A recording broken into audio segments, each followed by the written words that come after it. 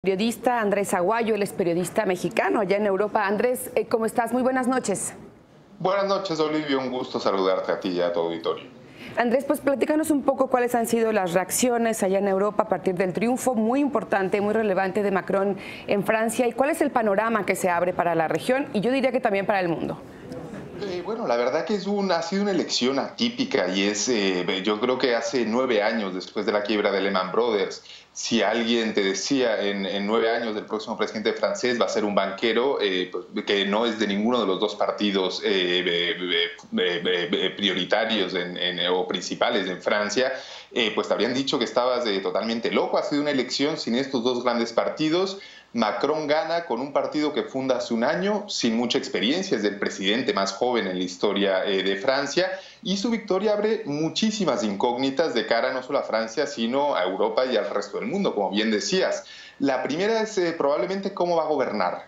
El próximo 11 de junio hay elecciones legislativas y pues bueno, necesita refrendar o necesita una mayoría para poder gobernar o cohabitar con alguno de los otros partidos y pues bueno, también en este escenario se habrá la pregunta cómo va a ser su gabinete.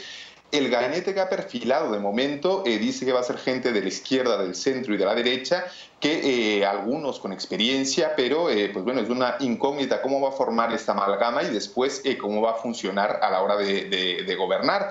La segunda incógnita, Macron ha prometido una serie de reformas que no está muy claro cómo va a lograr. Por un lado, quiere facilitar los despidos para los empresarios y esto va a chocar frontalmente con los sindicatos franceses. De hecho, hay que recordar que Macron fue el artífice de la reforma laboral de François Hollande, que pues bueno, tanto rechazo social de parte de los sindicatos ha provocado. Y entonces, bueno, él por un lado quiere hacer esto y por otro lado quiere dar más prestaciones a desempleados, dar más prestaciones sociales, lo cual no va a poner particularmente contenta a la derecha. Así que, pues bueno, habrá que ver cómo va a poner en marcha, cómo va a poder intentar gobernar y cómo va a poder poner en marcha su programa de gobierno. Y la última incógnita, que creo que también es interesante, es qué va a pasar con la Unión Europea. Este va a ser el fin de la austeridad. No parece ser el caso, al menos no hasta las elecciones alemanas. Hoy Angela Merkel habló con él, le felicitó.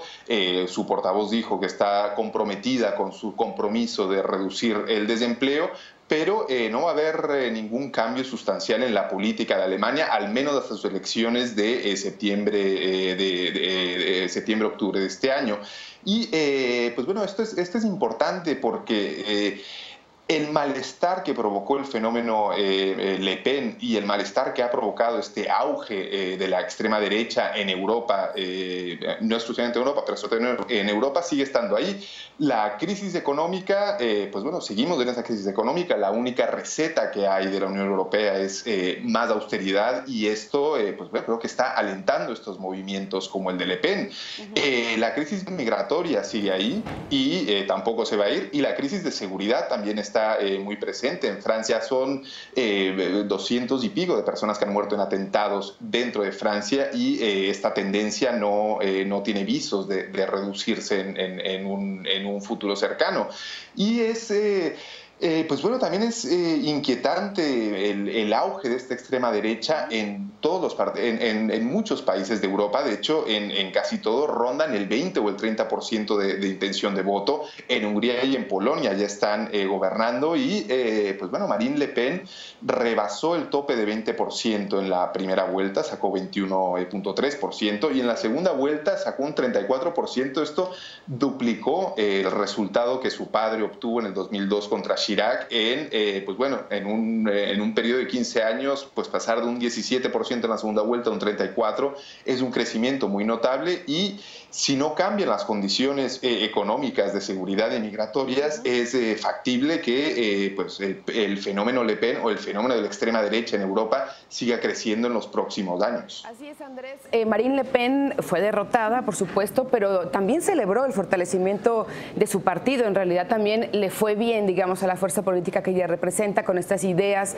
de ultraderecha contra la inmigración, en contra del euro. Y en ese sentido, Andrés, si no sabemos muy bien qué va a pasar con Macron en Francia, lo que sí, digamos que todo el mundo está de acuerdo en que representa un respiro, digamos, para la política internacional. Sí, es un respiro. La pregunta es cuánto tiempo va a durar este respiro. El sistema francés de dos vueltas, digamos, blinda un poco a partidos de extrema derecha, pero, pues bueno, aún así hay un malestar muy evidente. Aunque fue una derrota, Marine Le Pen sabía que no tenía posibilidades de ganar, pero pues bueno, se quedó, quizás es un fracaso, o es lo que dicen los analistas en Europa, no haber rebasado el 40%, que era lo que le auguraban los sondeos, pero sin duda era de fiesta el ambiente en la sede del Frente Nacional. Y pues bueno, por un lado está Marine Le Pen, que todavía tiene una carrera por delante, y por otro lado está la sobrina de Marine Le Pen, que es una chica que no llega a los 30 años y que es el gran valor del Frente Nacional de cara al futuro. Y pues bueno, repito, digamos, los problemas que han causado este auge de estos partidos siguen ahí, y la Unión Europea ni la Unión Europea está haciendo nada para, pues bueno, para atajarlos o para resolverlos. La política de austeridad ha provocado, por un lado, en países como Francia o como Holanda, donde estuvo a punto de ganar la extrema derecha, o en Austria mismo, en otros países este descontento se ha manifestado de otras formas. En España, por ejemplo, tenemos a Podemos, del movimiento 5 Estrellas en Italia. Es decir, el malestar está ahí, y en la medida en que no se resuelvan los problemas de raíz, pues creo que en los próximos años seguiremos viendo estos movimientos en auge, y si no mejoran las cosas es factible que en la próxima década veamos algún gobierno más de extrema derecha en Europa.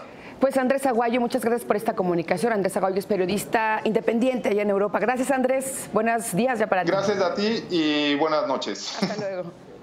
Bueno, ahí está la información desde Francia, y la PGR, Información Nacional, ampliará la búsqueda de los 43 normalistas desaparecidos en Iguala en septiembre de 2014. Se van a realizar recorridos aéreos en más de 60 kilómetros cuadrados en los alrededores